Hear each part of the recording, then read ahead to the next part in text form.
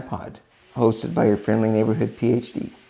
Well, hi everybody, it's another episode of the TyePod, and today I'm joined by Hollis Peirce, who is a disability advocate, and I know you've had experience living with muscular dystrophy as well, so I'm sure we have some commonalities we'll be sharing, and yeah, I'd like to talk about your advocacy work and your podcast as well, so sure, appreciate you coming on. Yes, I'm happy to be here. Thank you, Ty. Yeah, it's great to have you. I kind of would like to start with a little bit of an icebreaker. And from past experience, this actually can probably be the hardest question of the whole chat. But is there a song that you feel like is kind of a theme song or one that's, kind of stuck with you through your whole experience with disability? Oh, theme song. Or if there's one you just like that resonates, you can Yeah, go. I think there's been a few. Yeah. Um, and uh, one recently that really resonates with me. Is do you know the band X Ambassadors? I do. Yeah. They've got a great song that came out on their most recent album called "Follow the Sound of My Voice." Okay. And the story behind the song is I don't know how well you know the band, but like their keyboard player is blind. I didn't know that. And and also the keyboard player is the older brother of the lead singer. Okay. And so Follow the Sound of My Voice is sort of the story of their relationship and how you know the lead singer is always in the song he's talking about how hard it is to watch his brother find his own way down a set Mhm. of stairs or and things like that, and that's why it says follow the sound of my voice, because they've got um his hand is always on one shoulder of his brother's, and Hmm. he's guiding him around. Okay. And so, actually, I had the chance to meet them a couple of years ago when they were in town. I bought like backstage passes, and I Hmm. I was the only one who bought backstage passes. Really? Okay. So I got like 30 minutes with the band, That's and very cool. it was awesome. And um, I told them about how that song, even though it's not directly the same, but that song sort of reminds me of the relationship I have with my older sister. Because she is always there, taking care of me, always there to guide me if I need help, open doors, and also she's a sibling, so sometimes she'll shut them in front of me. But yeah, Yeah. Yeah. yeah, and the level of love yeah, and care that they have for one another. Yeah. That's really interesting. I knew of some of their older songs, but I'm gonna have to check out that one and some of their newer stuff too. That kind of topic in music and lyrics, it doesn't seem like it's very common, to have something that's kind of a connection with disability and with family too. And that's really cool, that they Yeah, express it that absolutely. way. Yeah. It was a great experience. It was a great experience. And it's funny. I mean, it maybe I imagined it, but 99% sure it did happen. But I was watching them. It was like a standing room stage, so I was right against the Hmm. stage. Hmm. And do you remember their song called Adrenaline? I don't. So the only one that's coming to mind, is it called Unsteady? Are they the ones that do that one? Yeah. The Unsteady is their like second biggest song. Okay. But then their other one is Adrenaline. At one Hmm. point it says, "I think I'm gonna go off my medicine." Okay. Um, and then he was like walking back in the stage directly before me, and I was sitting right against the stage. He was looking at me, and then as he said, "I'm gonna go off my medicine," he kind of put his hand to his throat and like pulled something out, and it was like he was pulling his vent out of his neck, like mimicking Interesting. me. But anyways, yeah, What did that feel like? Like, what did you think when he did that? I thought it was awesome. I thought it Yeah. was awesome because like he had just met me, because I met him at a meet and greet before the show, and then Mhm. also after the show. I didn't ask him about it after the Yeah. show for some reason, but yeah. Yeah. Interesting. Well, I noticed you had the VIN. That's something I actually I was put on one back, I guess it was probably 3 years ago now. And that whole experience with the ventilator and everything very challenging for sure. So I wanted to ask you a little bit about that, like your experience with the vent, and then and I assume it's a trach that is connected to. It is, yeah, Yeah, it yeah, is. yeah. So if you want to talk just a little bit about your experience just with that. Yeah, well, like it my experience with this is like I only got had it put in during the pandemic. It Mhm. Okay. was 2021. It was in the fall of 2021. And like muscular dystrophy, I'm 37, Mhm. and so uh I have dealt with respiratory concerns all my life, as I'm sure you have as well. And you know, they wanted to put me on the BiPAP machine at night for the longest time, but they couldn't find a mask that suited my sleeping position. Oh, okay. Um, so I didn't end up having it, and so I had I was like in university up until the pandemic, and I graduated from my master's degree right before the pandemic Mhm. hit, Mhm. and and then during the pandemic I was very secluded, and because of, I mean, my respiratory concerns. If I had caught COVID, I probably would have died. Mhm. And then in 2021, I became like very unresponsive, and my mom and sister, who I was living with at the time, were very concerned. And I was kind of slurring my words. I wasn't making much sense, Mhm. um, and I couldn't take in information. And so, like, all my doctors were telling my mom, like, you can't bring him to the ER just because he would guarantee catch COVID.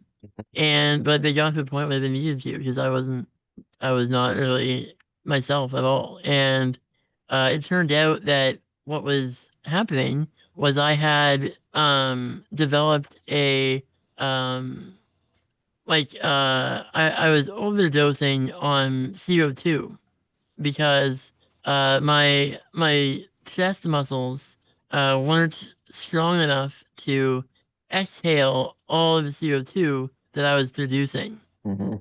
And so my oxygen level was near zero when I first arrived in the ICU. And then they also checked my sodium level, and my sodium level was almost zero also, because because I suffer from seizures Uh-huh. also. My neurologist was constantly telling me, hydrate, hydrate, hydrate, because that's I know something what that, that feels like.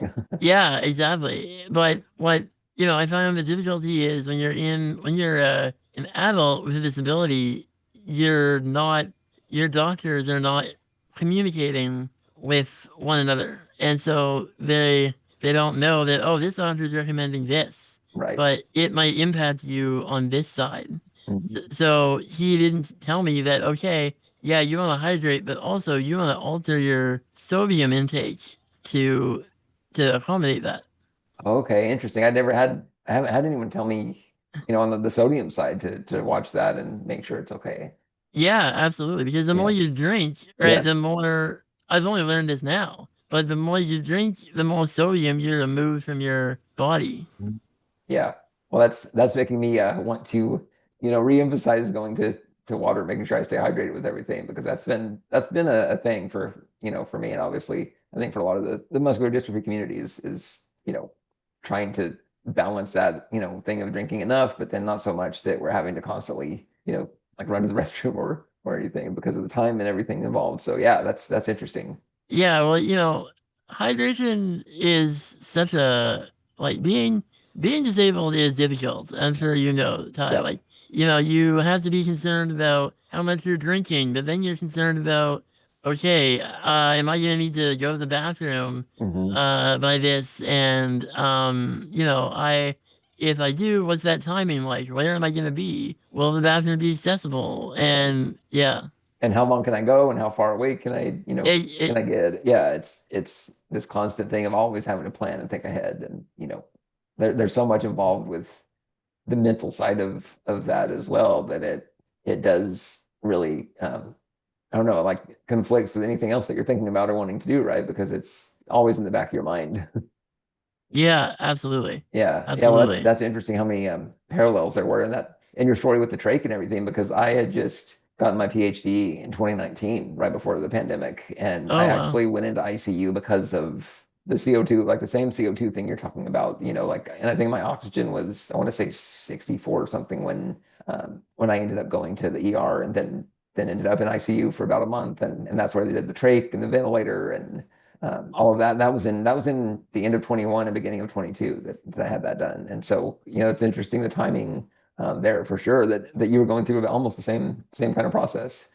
Yeah, absolutely. Yeah. And I remember it was the fall, in October 2021, I was intubated and I woke up and I was in the ICU, a tube down my throat. I Mhm. was in isolation, so none of my family was there, Right. nobody. And I'm like, I didn't know whether it was a nightmare or, yeah, it was Yeah. very odd. And you probably weren't able to speak then, right, or communicate with really No, anybody. Yeah, yeah, that's because that's how it was with me too, and I don't know if it's this way for you, but I won't say I took for granted speech ever, but it's after going through that now I realize how much like being able to talk and communicate is, like that's such a valuable, thing to like there's no way you can even describe how important that is when all of these other things are weakening where we can't use, our arms, legs, and all of that. So yeah, like how do you feel about it absolutely. now? Like did you appreciate it more after that process?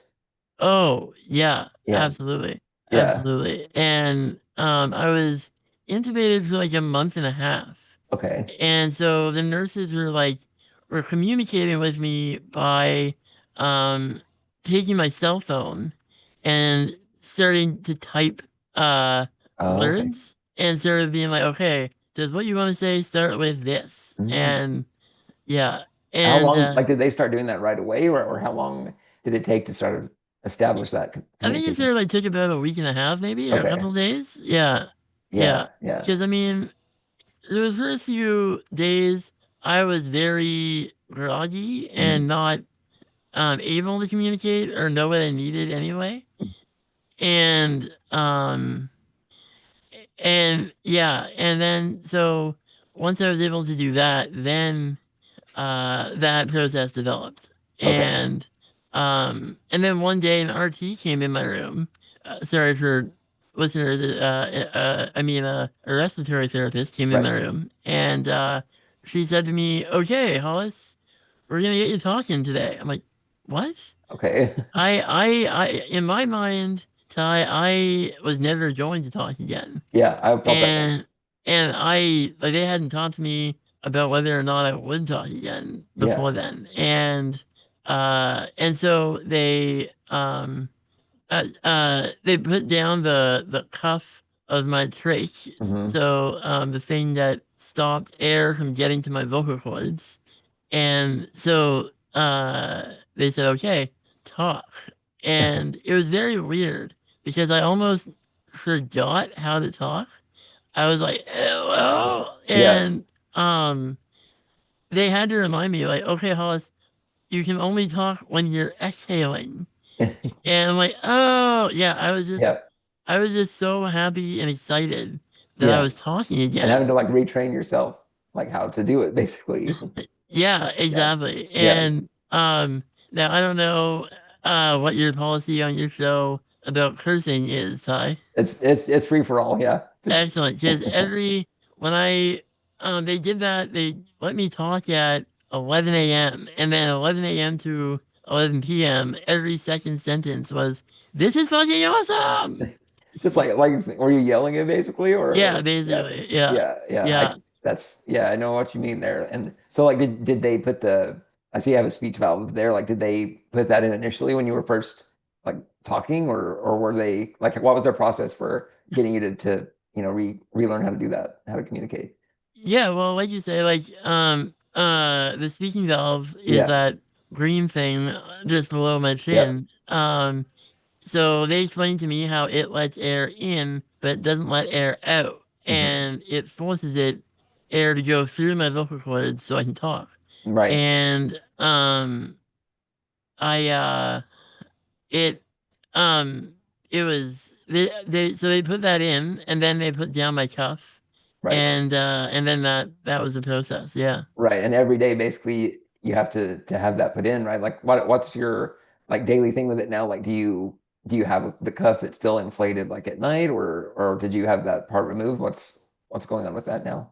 Yeah, now it's I don't have a cuff. I have Okay. a cuffless trach as they call Okay. it.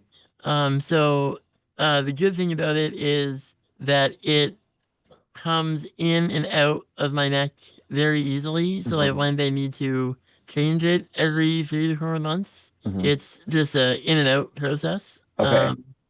Uh but yeah, and the speaking valve's always been there. Hmm. And one thing that they usually do use, I don't know, your experience with it is like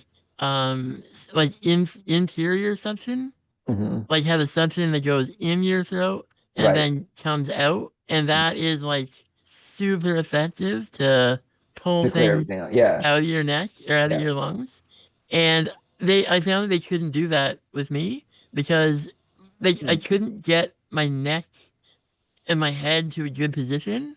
And that because so anytime they tried to go in Hmm. with the suction, it would scratch the back of my esophagus Ooh.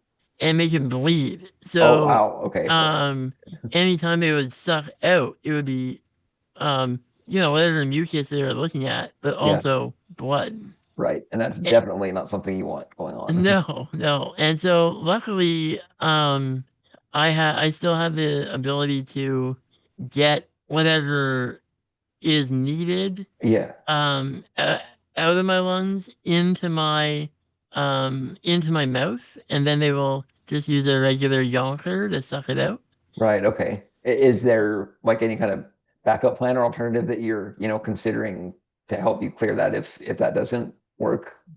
Well, I'm not there yet, but Yeah. one thing I do make sure that I use on a regular basis, at least twice a day, is I use a Inex machine. Have you ever used those? I haven't. No, I haven't. So an Inex is it used to be called an Inexiflator.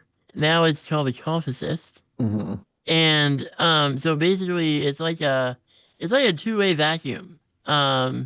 And so it will blow air into your lungs. Hmm. So it will expand your lungs to their full capacity, and then they will suck that air out Hmm. at a much harder and faster rate Hmm. that your body can produce. Okay. Yeah, And so in that way, it basically helps to clear whatever you're needing to move out. exactly, Yeah, exactly. yeah. Well, Yeah. I've been using an inline suction, like usually once a day or so, and I feel the scratching, but it hasn't gotten to the point where it's made anything bleed. So like that's alarming that you basically can't have that as an option. But at least the cough assist, it sounds like that would be a good way to do it.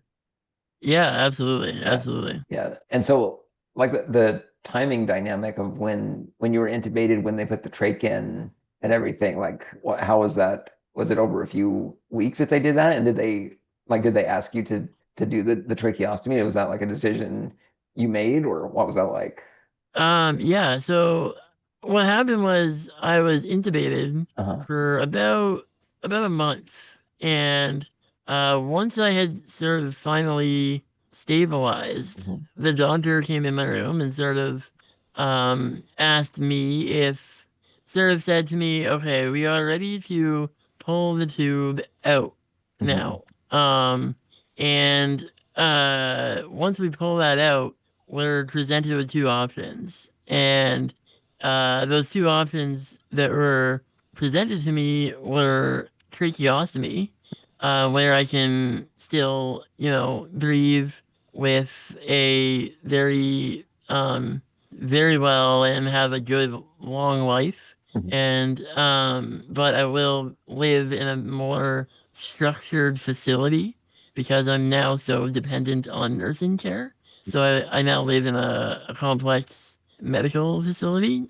Okay. Um, and uh and then so but then option B was if I didn't want the tracheostomy, they would admit me to palliative care, where they could guarantee me about 6 months Ooh, of good life. wow. Okay. Well, that doesn't seem like much of a choice from where I'm sitting. So was that pretty? I mean, I'm sure were you like right away? Definitely go the trach route. Yeah, Yeah. absolutely, Yeah. absolutely. And I always say, I remember when they were presenting those options with me, my mom and my sister were in the room, and my So they were dad. able to come in at that point. Yeah, Yeah. yeah. That was about a week after I had been, or no, about a month after I'd been taken off of isolation. Wow. Okay. And so, and I remember I was holding my sister's hand. Hmm. And as soon as that palliative care option was presented to me, Hmm. like she squeezed my hand so tight, and I had a feeling if I chose palliative care, she might have killed me on the way to Ooh, palliative care. you wouldn't have made 6 months. It was going to Exactly. end right then, huh?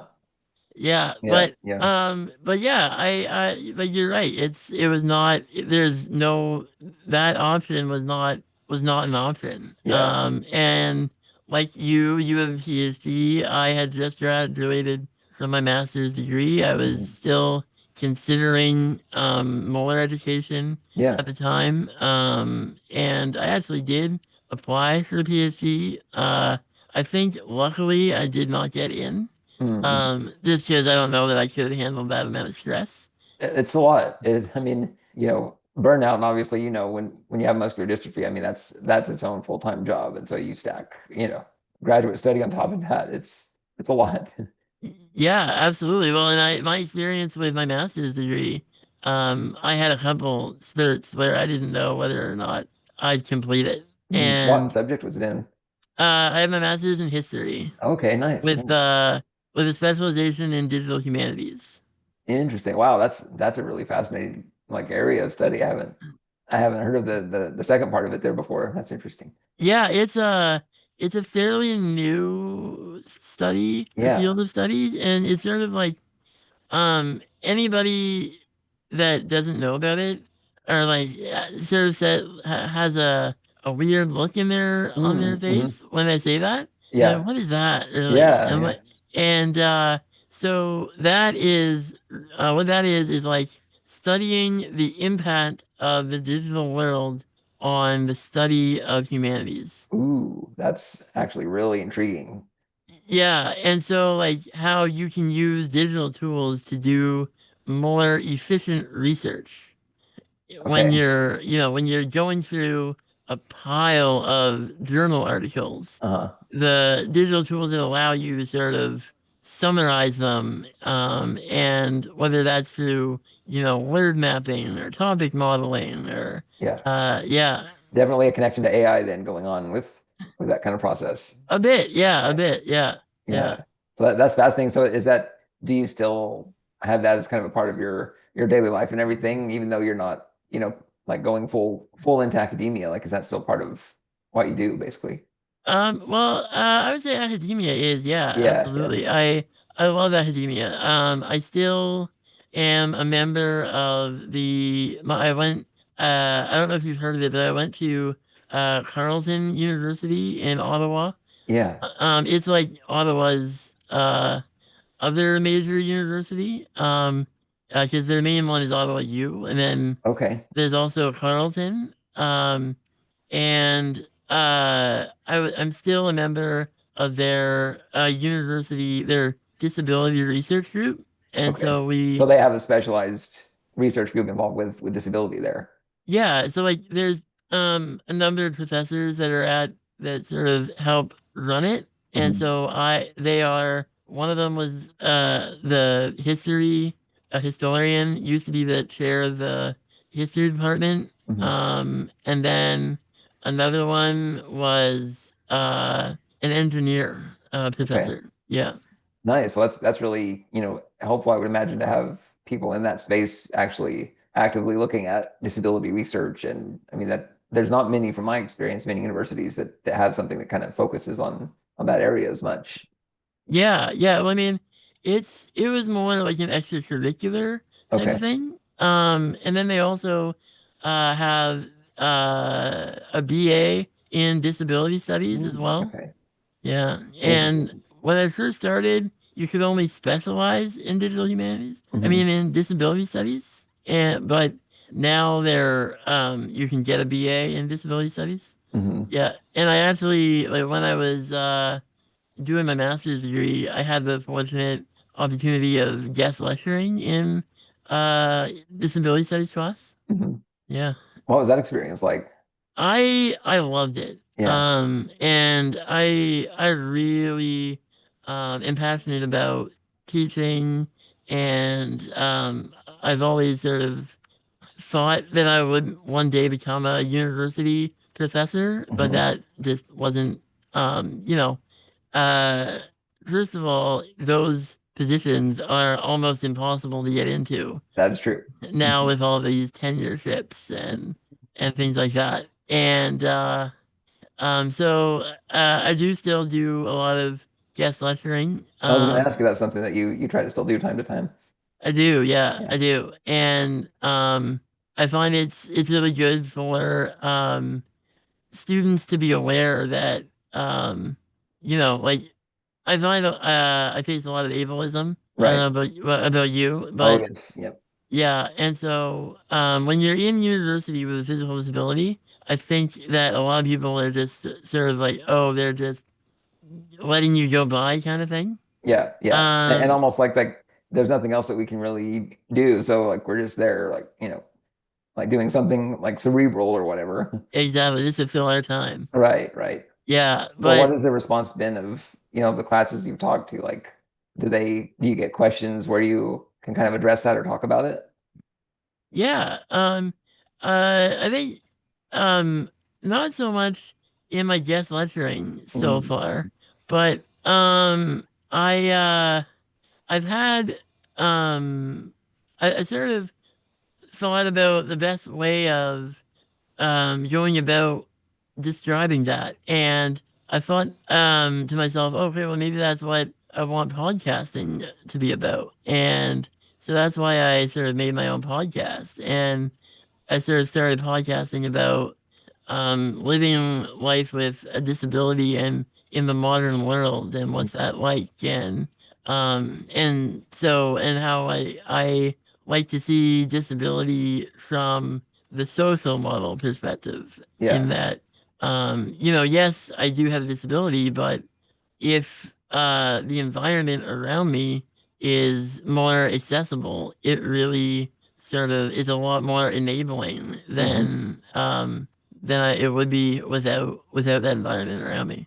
Right. Absolutely. I think that things have progressed and advanced, in a really, I think, well enough to where many of us can have, like a fulfilling, like fully equipped, accessible life for the most part, and look at like the ableism aspect is more the limitation than, the technology or what's available to us as far as like adaptive, aids or whatever. So I think that's a really good perspective to take.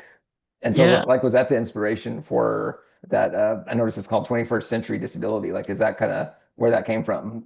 absolutely, Yeah. absolutely. And like my tagline at the beginning of every episode is how the modern world is changing the way society sees disability. Yeah. Yeah. Yeah, and I guess most of your episodes probably have like that kind of as the common thread or the foundation of, kind of your mission and everything going forward. Yeah, absolutely. Yeah. Absolutely. And what's the format like? Talk a little bit about how you run the podcast and like the guests that you have on and everything, just the kind of an overview of the podcasting experience.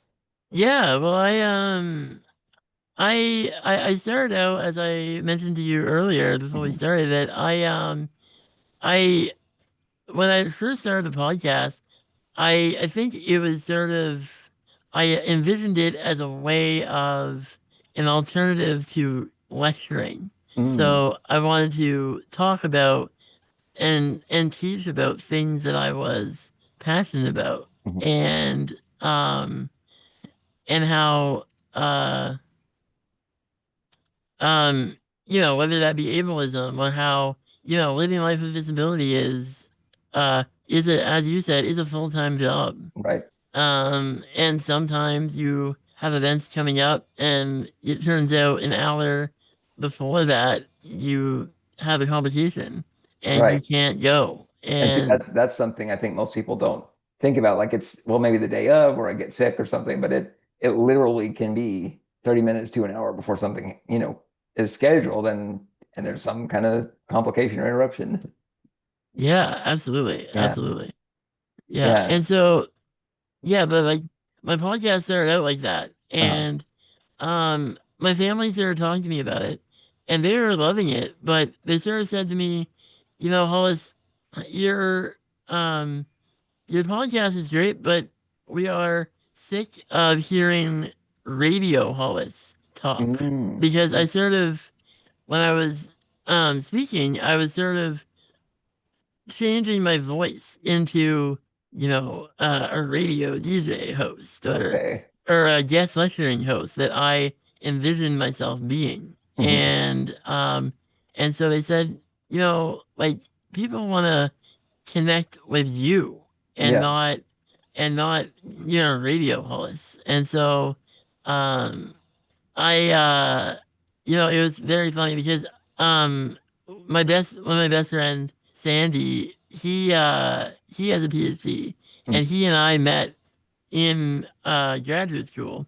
And so he was also doing his PhD related to disability and or the history of disability, similar to me.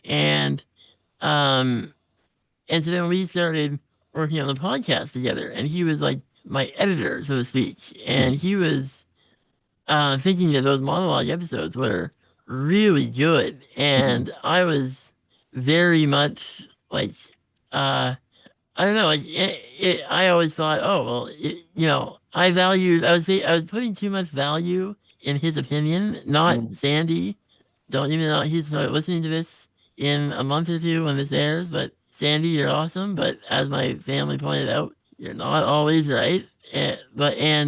So I had to I started to have guests on and just having conversations with people that um people that like you say, like are either have a disability or interact with people with disabilities, Mhm. or like I've had people with multiple types of disabilities on my podcast. I've had people that are entrepreneurs that are creating adaptive tools to Mhm. help people with disabilities and that kind of thing. Yeah. Wow, that's really that resonates with me for sure, because I had considered, specializing in muscular dystrophy and having, people related like people involved in that field come on as guests with my podcast and it got to the point where it was just like, well, no, there's this human factor that it, is across all disabilities, like every, niche area of that space. And so that's sounds like a lot of what you're looking for too with your guests and everything. So that's really great that you're, sharing stories in that way and I don't know. It seems like, I'm curious your opinion on it, but the conversations that come out of that, it feels like really a lot of potential to change, some of the thinking and stigma and even kind of that break in connection between disability areas. Like I'm curious what your thoughts are on, bringing together more of the entire disability community. Yeah, absolutely. Well, and like you were saying earlier, like, you can speak to you can speak about how things are in Mhm. your experience. But, I don't one thing I think that people struggle with is that no disability is alike. You know what I mean? And even people with the same disability live it differently. Right. That's a good And point. um and whether that be because of your emotional reaction to it, whether that be because of your financial standing, whether that be I hope that's not the case, but whether that be Mhm. because of where you live, or yeah, exactly. Right. And so I'm finding that I am learning so much from people with different disabilities. For instance, like I've I interviewed a woman who is a blind chef, and she knows how to work herself around the kitchen so Hmm. well. And she loves how the kitchen environment is very well suited for visually impaired people because, Hmm. people are always saying where they are, like behind, corner, that kind of thing. Like hot, above. Yeah. Yeah. Interesting. Yeah, that is it's fascinating to know what kind of process or how people kind of find a routine or a system that works for their specific disability experience and still can find a way to do what they're interested in, and Hmm. that's like a quality that I think so many people with disabilities have, and it really doesn't matter if it's, visual, if it's physical, really any of the disability areas. I feel like there's still stories of adapting and figuring out how to make things work, basically. Yeah. Yeah, that's interesting. I could go on the podcast, area for a while, I think, but I did want to ask you a little bit about some of your other advocacy work, and I noticed that you have is it some kind of fund for students with disabilities to pursue academia and degree? Like, if you want to talk a little bit about, that advocacy effort that you have. Yeah. Well, I remember, I think it was 2 years ago, maybe. Yeah, Uh, 2 years ago. That I was really like I've had the benefit of, achieving, doing well in university and receiving grants and receiving scholarships and things like that. And I sort of wanted to be able to create a bursary that would go to someone like myself that is physically disabled and that sort of helps them financially so that they don't have to worry about that. They can just think a bit more about their studies and think a little mhm, less about whether or not they're going to be able to pay for it. mhm, And I really felt that desire, and um, it was uh, yeah, and I was amazed at how successful I was with it mhm. because I have a very, very generous support system around me. And so when I started fundraising, uh, most universities I think do this, but Carleton, I know in particular, does it. They call it Giving Tuesday. So like Mhm. after Black Friday or Cyber Monday, um, if you gave back to the university, Carleton would match any donation that you made Wow. Okay. on that particular day. And so I decided to start the bursary on that day. Hmm. And I don't know how I did it, Ty, but I managed to raise $11,000 in Wow. a day. Just that one And day. yeah, and then then when Carlton matched it, Yeah. uh, that brought it to $22,000. Mhm. And then sort of if I was able to, they told me like if I was able to get to $25,000 in a single year of the birth of the founding of the bursary, then it would become endowed by the university. And And so so, that means that it would like just persist, like, yeah, it yeah. would be like as long as Carleton University is a university, Hmm. there will be a Hollis Peirce bursary Wow, for that's amazing. disabilities awarded. So I made it to $22,000 in a day. Yeah. And then during the rest of the year, I just sort of donated bits and pieces Hmm. myself there until Hmm. it got up until that point. Okay. Yeah. And so once it reached the 25, then it became endowed. And so like how does it work now? Like every Giving Tuesday, do you have like a 1 day fundraiser and then that gets matched by the university, or like what's the kind of progression of that? Well, basically, what it is it's a bursary for $1,000 Okay. to the student that wins it, and because it's endowed, the university doesn't need any more donations to Mm. it in order to go out. Mm. And so um, it generally, because the university itself doesn't know who is disabled. Mm. What they did was they got at Carleton. there is a center, a support center called the Paul Menton Center, and that is a center that you go to when you have any kind of disability and you're a student there. Hmm. They can start to make academic arrangements to help you.